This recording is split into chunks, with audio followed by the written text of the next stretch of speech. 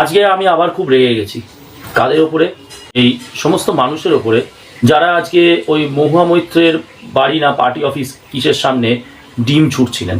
ডিমগুলো কি অপরাধ করেছে, ডিমগুলো কি অপরাধ করেছে যে তাদেরকে ওই রকম ছুঁড়ে ছুঁড়ে ছুঁড়ে ছুঁড়ে ওই রকম একটা মহুয়া মৈত্রের বাড়ি বলুন বা পার্টি অফিস বলুন, জায়গাটা তো বাজে, বিষাক্ত, টক্সিক, তো সেরকম একটা টক্সিক জায়গায় ডিমটাকে ছুঁড়ে সেই ডিমের এরকম করে সম্মানহানি করলেন। মানে অনেক সময় বলে না যে মানে খুব ডিসগ্রেসফুল মৃত্যু, এই ডিমগুলোর কিন্তু খুব ডিসগ্রেসফুল মৃত্যু হলো। ওরা ওই রকম টক্সিক জায়গায় ওদের যবনিকা হবে, ওদের জীবনের শেষ হবে, এটা আমি জাস্ট মানতে পারছি না। একটা ডিম ওখানে ওরকম করে ছুড়বেন, ফটাস করে ডিমটা ফেটে সেখানে ডিমটার মৃত্যু হবে, এটা ডিমের অপমান। বললাম তো বিষ্ঠা ওনার দিকে ছোড়া যায় না, কারণ ওনার মুখ খুললে বিষ্ঠার থেকেও বেশি দুর্গন্ধ, তো বিষ্ঠারও অপমান। Mohammed, nobody takes you seriously anymore and we ain't gonna take you seriously ever, কাপিস? আসলে মোহাম্মদ, আপনি ওই ভেবে গেছিলেন যে চিরজীবনী তৃণমূল, চিরজীবনী আপনি এ করবেন। জিতেছেন কি করে কৃষ্ণ? আপনি বলেন না আই এম অ্যান এমপি। আপনি জিতেছেন কাদের দয়াতে? ওই যে বাংলাদেশ থেকে আসা অনুপ্রবেশকারী জেহাদি, তাদের ভোটে আপনি জিতেছেন। এবং আপনি জেনে রাখুন, mark my words, in 2029 you are going to face the worst defeat of your life. You'll be nowhere.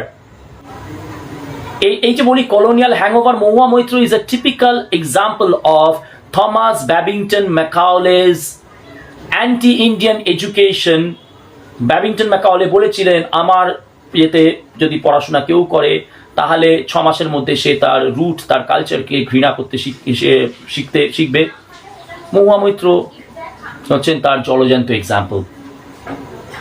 তাই ওনার কাছে উনি মা কালীকে নিয়ে না জেনে অনেক কিছু, মানে কি বলবো, কমেডি করেন। উনি তো আসলে দিদিপন্থী, সেই জন্য উনিও ডিডিস কমেডিতে ইনফ্লুয়েন্সড, উনি এরকম কমেডি করেন।